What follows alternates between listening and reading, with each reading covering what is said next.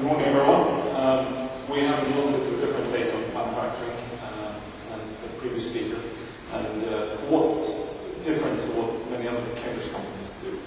But first, I'd like to give you an introduction and put a little bit of perspective of what Cambridge Broadband is doing, and in particular what our product does and how that affects our thoughts about manufacturing. We're 6 years old and about 100 employees in Cambridge, as the name gives away, obviously, with happy to report Amadeus as one of our key backers. Also amongst the number of shareholders is Excel and TVM Capital, also well-renowned venture capital companies, of course.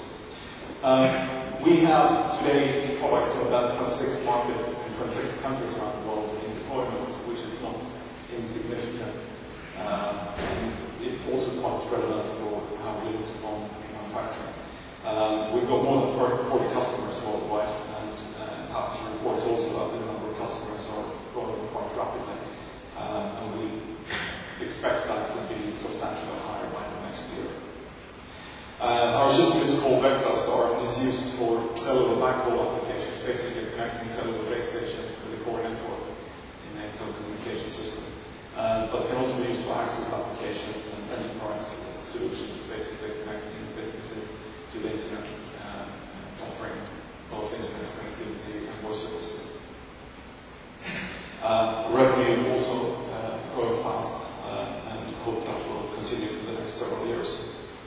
Looking at the number of customer applications, we have product today installed in as diverse areas as in the tropics, typical rainforests into the Arctic North, Finland and Siberia. We've also got products in pure desert environments, so it's covering the full range of what outdoor electronics has to sustain.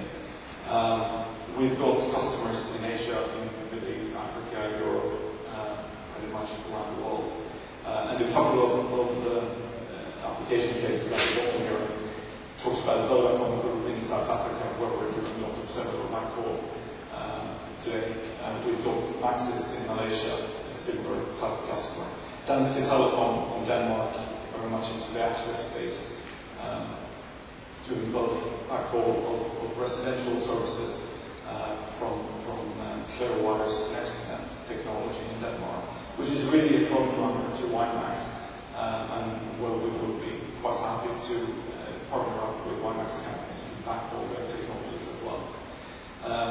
MTN Group, South Africa, one of, if not the biggest African cellular operator, where we have several contracts in place, and Centec Enterprise Access in South Africa. These are just representative cases, obviously, of what we do. Now, looking at the product, Cambridge Broadband have a unique product. Not only is it unique in one aspect, it's strongly outperforming the competition in basically all areas, all key areas. We've got multi-frequency support. We offer our product at 3.5, 10 gigahertz, and soon in 26 and 28 gigahertz as well, which obviously means that there's a lot of different components from an electronics point of view to manage in manufacturing. We offer multi-protocol support. The world is rapidly turning to IP in Internet Protocol as well, but we also offer ATM, SDH, and E1 links, and this is really a significant value add to our customers. The world's telecom systems today are largely connected by SDH networks, and for the migration to future technologies to IP, it's essential to being able to reuse as much of the capital investment that's gone into these telecom networks over the past 10 years. Our ability to offer SDH and ATM is obviously a key to our customers' migration strategy for the future, which is certainly going to be based on IP. Not only that, but we also have the best-in-class system performance. The RF radio frequency performance in our system is best-in-class. We're the only system supplier for a fixed wireless system that offers 64 command modulation up and handling today. And we hope to stay, and we believe we will stay ahead of the competition in that. We also have a high spectral efficiency with 4 bits per hertz for any kind of system in our category, which outperforms basically all the cellular standards and also WiMAX and Wi-Fi in spectral efficiency. If this wasn't enough to convince any customers, one of the things we have added in the last year to really target the cellular backhaul market is to optimize the cellular protocols, basically to avoid transmitting dead data, dropping empty voice packages, dropping empty control signaling, and therefore reducing the amount of data that's actually being transmitted. Comparing what we do in real-life implementation today with what's a typical backhaul for cellular system looks like, we're actually only transmitting a quarter of the data over the air interface as has been done in the past.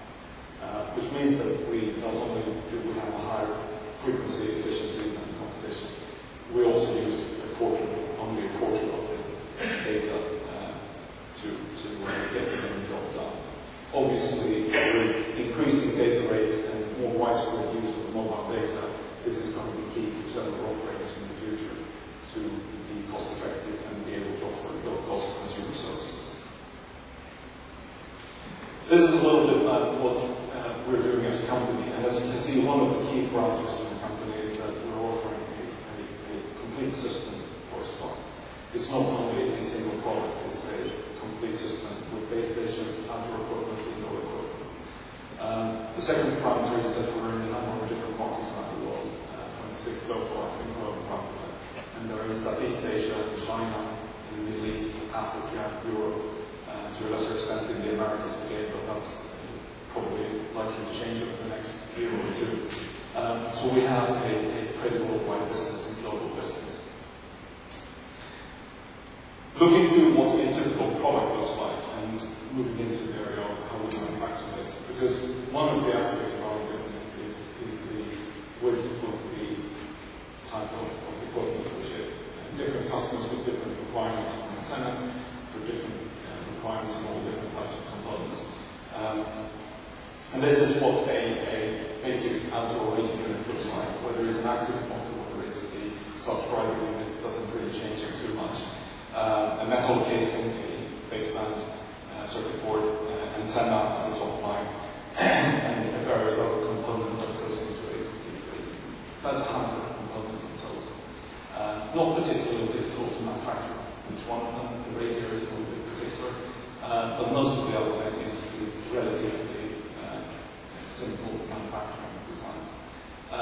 The complication comes when we move into the variation. We don't do one product. We do 6 different types of radios, set to grow strongly in the future with adding more frequency bands.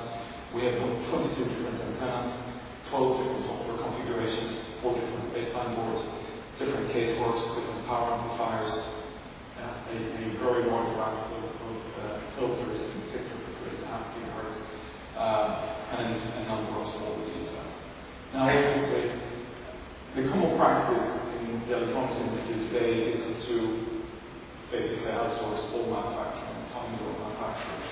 And given that this is relatively basic technology to manufacture, China is the place where we want to put this. But it comes at a cost. Doing so would drive up our balance sheet cost inventory dramatically by putting a lot of inventory to be able to serve our customers with short turnaround time. To be able to offer turnaround times of 12 weeks for large orders, 4 weeks for smaller orders, where customers often need to complement their system installations with just a few units, tens and 20s of radio units often.